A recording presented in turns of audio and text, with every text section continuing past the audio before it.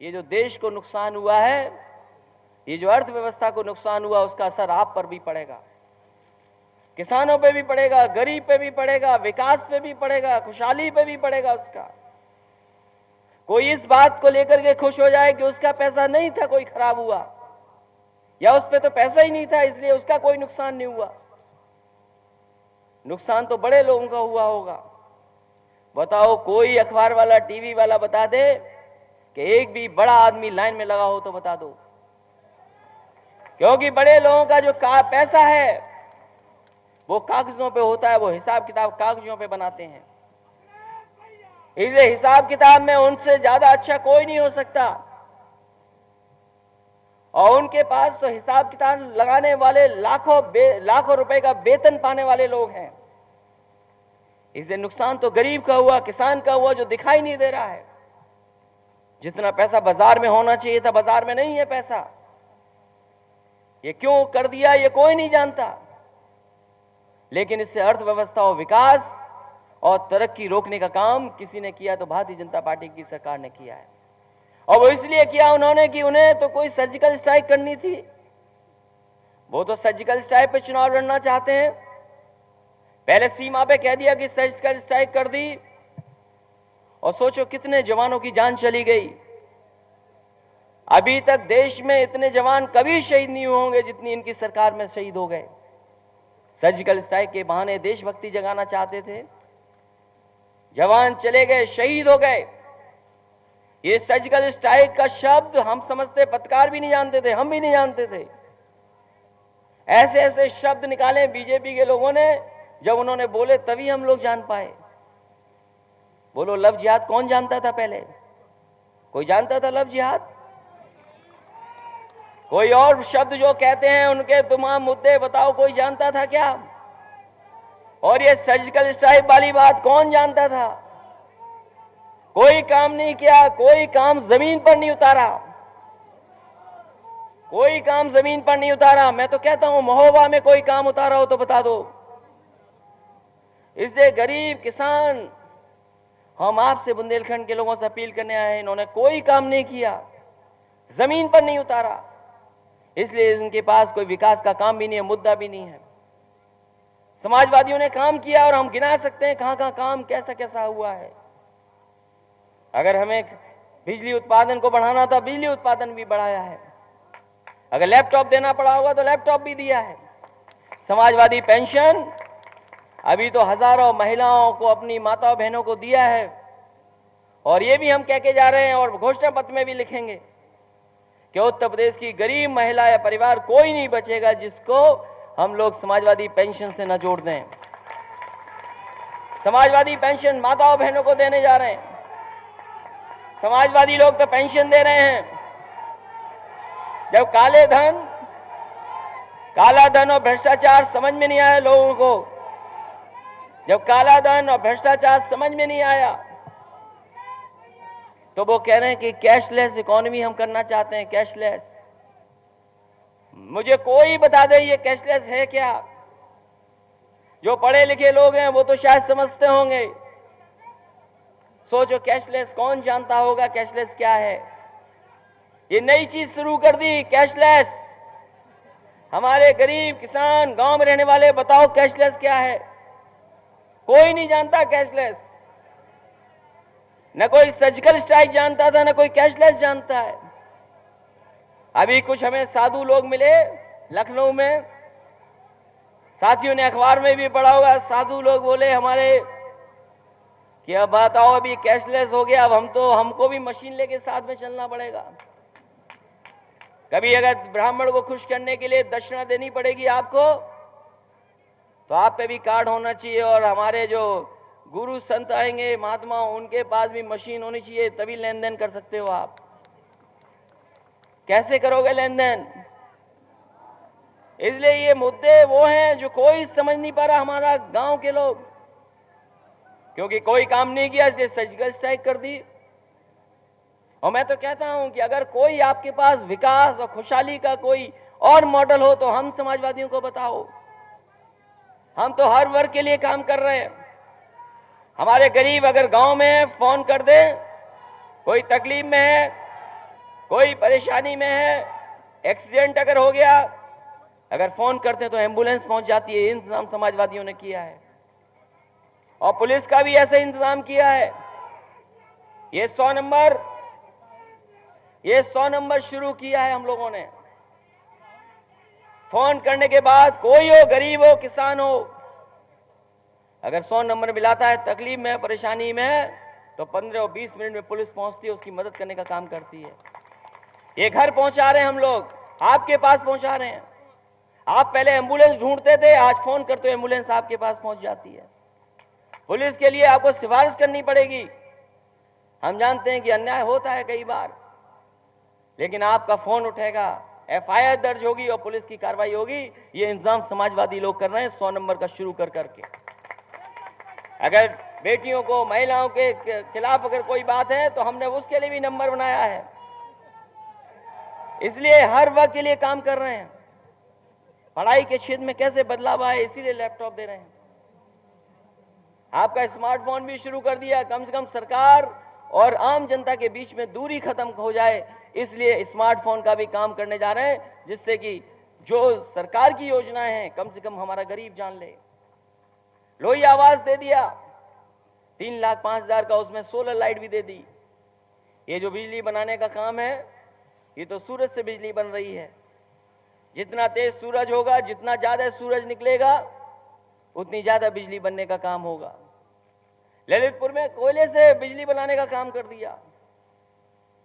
कोयले से बिजली बनने का बड़ा प्लांट लगा है और शायद उत्तर प्रदेश के बड़े प्लांटों में एक प्लांट अगर कहीं लगा है तो बुंदेलखंड और ललितपुर में लगाने का काम समाजवादी लोगों ने किया है। पानी से भी बिजली बनती है, पानी से भी बिजली बनती है। कुछ हमारे हैं कि यहां पर डैम जिसमें पानी से ही बिजली बनती है। ये सूरज से बिजली बनती है यहां पर। आपका कोयले वाली भी हो गई बिजली और आपके पानी से भी बिजली बनती है। ये भाजपाई लोग तो बातों से बिजली बनाते हैं। ये जो जुमला वाली बात है, बताओ, जुमले पे जुमला छोड़ देंगे आपके बीच में और तुम ये तो बातों से बिजली बना देंगे। बताओ कोई बिजली बनाई हो तो बता दो। ये समाजवादी लोग पानी से, कोयले से और पानी, कोयला और सूरज से बना दी।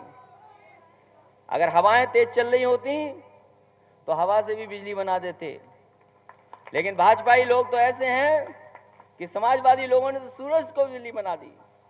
ये भाजपाई लोग बातों से बिजली बनाएंगे। देख लेना इनकी बातें, अभी तक 3 साल की बातें गिन लो, लिख लो आप। ये बातों में काम कर रहे हैं। इसे हम आपसे सावधान करने, बुंदेलखंड की खुशहाली और तरक्की का रास्ता कोई है तो समाजवादी लोग हैं। ये समस्याएं समाधान करना शुरू किया है। ये पानी के डैम बनाना शुरू किए, डैम बनाए हैं।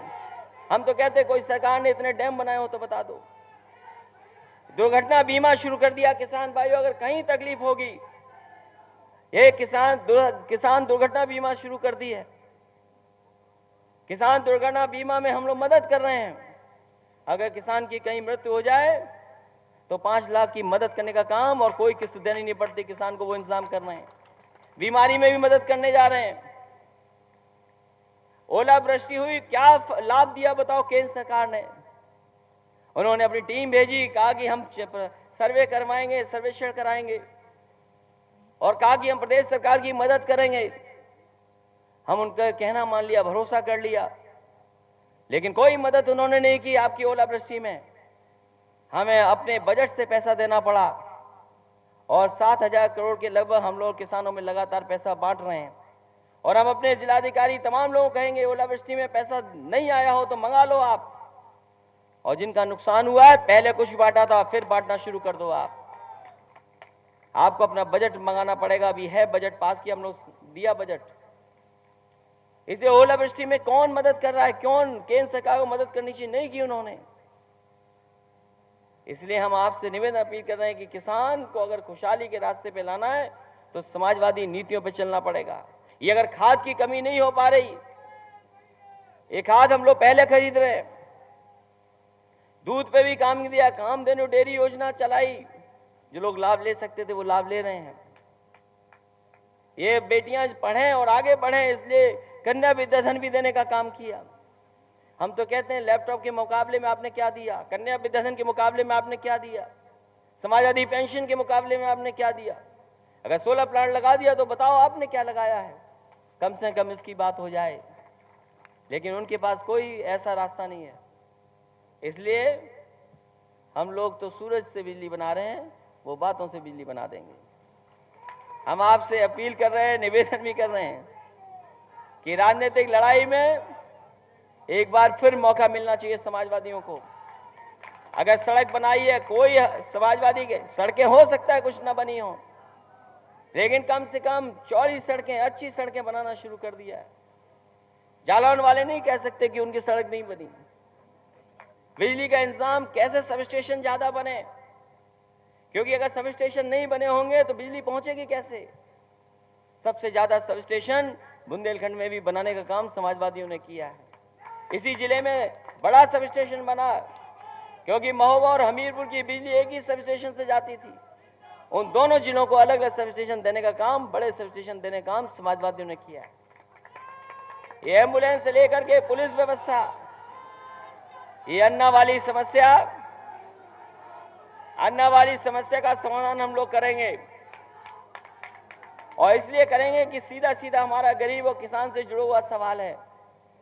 मैं हमीरपुर आया तो तब भी मैंने कहा, हमारे बहुत सारे साथी नहीं जानते होंगे, देश की सबसे बड़ी रिसर्च इंस्टीट्यूट, घास पर रिसर्च करने वाली इंस्टीट्यूट झांसी में है।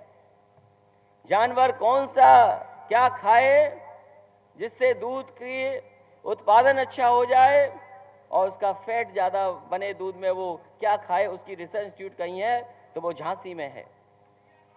हम समझते कोई नहीं जानता होगा इस बात को। हमने वहां के डायरेक्टर से कहा कि हमें बताइए प्रोग्राम क्या बनाए हम लोग। हम आपको भरोसा दिलाते हैं आने वाले समय में बजट में रखेंगे कि ये मामला हमारे जानवरों का, गाय और दूध देने वाले जानवरों का मामला है। हालांकि गाय वाला मामला, भैंस वाला मामला बीजेपी के सामने रखोगे तो दिशा बदल देंगे वो लोग। लेकिन उसके लिए इंतजाम क्या कर रहे हैं? आने वाले समय में अगर हमें सरकार की तरफ से कोई योजना बनानी पड़ी तो अगर एम्बुलेंस के लिए योजना बना सकते हैं, लोहिया आवास की योजना बना सकते हैं, सूरज से बिजली वाली योजना बना सकते हैं, तो ये रिसर्च इंस्टीट्यूट आपके झांसी में बगल में है, उसकी मदद लेंगे, सहयोग लेंगे और जानवर को कैसे हम लोग अन्ना प्रथा से बचाएं, उस व्यवस्था को करने का काम समाजवादी लोग करेंगे। इसलिए किसान भाइयों, इस चुनाव में मदद करना। हम अपने नौजवानों से भी कहेंगे कि नौकरी और रोजगार का सवाल बड़ा है। आबादी आपकी बढ़ी हुई है, आबादी बड़ी है, इसलिए रोजगार भी ज्यादा देने पड़ेंगे। आबादी आपकी ज्यादा है, इसलिए आपको ज्यादा से ज्यादा कारखाने से लेकर के उद्योग लगाने पड़ेंगे, तभी जाकर के नौकरी और रोजगार का इंतजाम होगा। सरकारी नौकरियां तो जितनी दे सकते हम लोग दे रहे हैं, लगातार दे रहे हैं, और कैसे सुविधा और दे दें वो भी कर रहे हैं। अपने नौजवानों की पढ़ाई की व्यवस्था अच्छी कैसे हो, स्किल डेवलपमेंट, अगर कुछ वो जानते हैं, हुनर है अगर उनके अंदर और अपनी मेहनत से कुछ करना चाहते हैं तो उसके लिए भी व्यवस्था कर रहे हैं। इसलिए नौकरियां सरकारी भी दी, पुलिस में भी भर्ती दी और भर्ती आसान भी कर दी। बिना परीक्षा के 10वें 12वें की पढ़ाई के पढ़ने वाले सीधा सीधा अगर जाए, फिजिकल टेस्ट दें और भर्ती हो जाए, ये इंतजाम किया है। अभी हमारा रिजल्ट रुका पड़ा है, हम तो एजी साहब से भी कहेंगे कोर्ट में कुछ रास्ता निकालो। 30,000 से ज्यादा भर्ती हो चुकी है नौजवानों की, 30,000 से ज्यादा भर्ती हो चुकी है, 32-35,000 है, 39,000 नौजवानों को भर्ती कर चुके हम लोग। रिजल्ट बन चुका है और सबसे आसान भर्ती की। पहले भर्ती होती थी, एक हाथी वाली पार्टी है, उसके जमाने में नौजवान भागता था, उसे पता नहीं लगता था कितने किलोमीटर भाग लिया। भाग रहा है 10 किलोमीटर कर दी, कई लोगों की जान चली गई। हमने कहा इस भर्ती का रूप बदलना चाहिए। एक परीक्षा, दो परीक्षा देनी पड़ती थी। और हमने कहा परीक्षा का मामला तो ऐसा है, परीक्षा में लोग कैसे पास होते हैं हम और आप सब जानते हैं, उसकी चर्चा यहां नहीं करनी चाहिए, क्योंकि आज का अखबार शायद यहां बुंदेलखंड में छपा हो न छपा हो, लखनऊ में छपा, और लखनऊ में जब छपा वो मैंने पढ़ा, वो मुझे याद आ गया। और लखनऊ में जो अखबार में हेडलाइन लिखी, हम पत्रकार साथियों का धन्यवाद देंगे, कम से कम हेडलाइन ऐसी बनाते हैं जिससे पढ़ना जरूरी बन जाता है उस खबर को। इन्होंने खबर बनाई कि मास्टर और नकलची दोनों तैयार। लेकिन इस पढ़ाई की व्यवस्था कैसे अच्छी करें, कैसे अच्छी करें? और फिर दूसरी लाइन में लिखा उन्होंने कि कमरों में सीसीटीवी और सीडी तैयार। तो मैं तो अंग्रेजी वाला मामला थोड़ा समझ रहा, सीडी में से शायद सीडी दूसरी वाली बात है, लेकिन बाद में पता लगा वो चढ़ने वाली सीढ़ी। तो उसके लिए मैं नहीं कहूंगा, जालौन की एक बार तस्वीर छपी थी बहुत पहले, 4 साल पहले, हमारे साथी जानते होंगे। तो इसलिए इस पढ़ाई की व्यवस्था कैसे अच्छी करें जिससे नौजवानों को अच्छा पढ़ने का मौका मिल जाए। दुनिया में है ऐसी जगह जहां पे 9वें और 10वें के बाद अगर वो कुछ उनके अंदर हुनर है, अगर वो कुछ अच्छा कर सकते हैं, उस तरह की व्यवस्था की जाती है। तो आने वाले समय में हम घोषणा पत्र में रखेंगे और सरकार में भी वो व्यवस्था करेंगी जिससे कि 9वां और 10वां पास करने के बाद नौजवान अगर रोजगार की तरफ जाना चाहे तो व्यवस्था बनाएंगे। वरना तो पढ़ाई 10वें के बाद 12वां, 12वां के बाद इंटर, इंटर के बाद एलएलबी, और न जाने कहां कहां पढ़ते रहते, रोजगार है ही नहीं। इसलिए उसमें भी सुधार करने का काम करेंगे।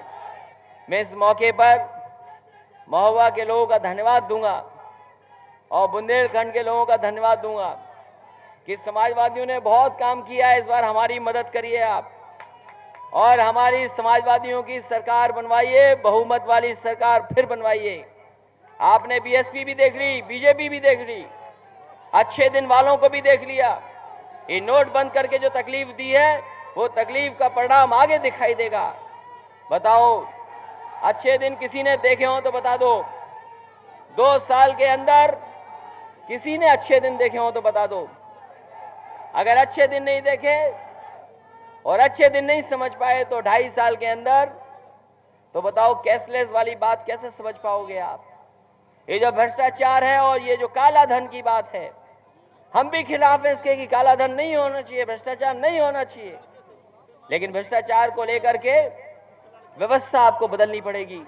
अगर समाजवादी पेंशन में हो सकता है कि गांव के स्तर पर अगर बनाने में, फॉर्म जमा करने में कुछ हो जाए, लेकिन एक बार समाजवादी पेंशन बन गई तो कोई भी उसमें हेराफेरी नहीं कर सकता है। वो इंतजाम समाजवादियों ने किया, सीधा सीधा अकाउंट में पहुंचा देना है। तो अगर भ्रष्टाचार खत्म करना है तो व्यवस्था भी बदलनी पड़ेगी।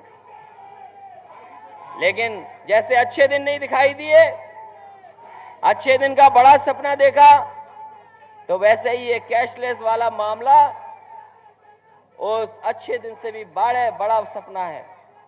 इसलिए इनकी बातों में मत आइएगा। इन्हीं शब्दों के साथ एक बार फिर आपको बधाई कि आपके बुंदेलखंड में लगातार सोलर प्लांट लग रहे हैं।